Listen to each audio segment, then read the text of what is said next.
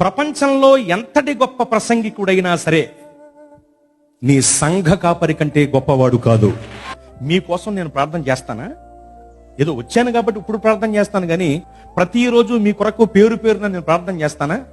చేయను కదా. ఈ విషయం తెలియక కొంతమంది మా దగ్గరికి వచ్చి, అయ్యగారనే చాలా బాగా చెప్పారు ప్రసంగం, మీ అనుదిన ప్రార్థనలో మా కోసం జ్ఞాపకం చేసుకోండి. అనుదినం నీ దినమేం కదా, అనుదినం నేనే కాదు ఏ ప్రసంగికుడు నీ కొరకు ప్రార్థన చేయడు. ఏదో ఒకవేళ చేస్తే అందరి కొరకు ఒకటే ప్రార్థన, పప్పును రుబ్బులేసి రుబ్బేసినట్లు. ప్రభువా చాలా మంది ప్రార్థన చేయమని అడిగారు నాయన, కానీ వాళ్ళ పేర్లు నాకు గుర్తులేవు నాయన, నేను మర్చిపోయినా నువ్వు మర్చిపోయే దేవుడివి కాదు నాయన, ఏదో ఒకటి ఇచ్చేయండి నాయన అని ప్రార్థన చేస్తాను తప్ప పేరు పేరున మీ కొరకు శ్రద్ధ కలిగి ప్రార్థన చెయ్యము. మీ బాధను తన బాధ అనుకుని మీ కొరకు విజ్ఞాపన చేసే ఏకైక వ్యక్తి మీ సంఘ కాపరి మాత్రమే.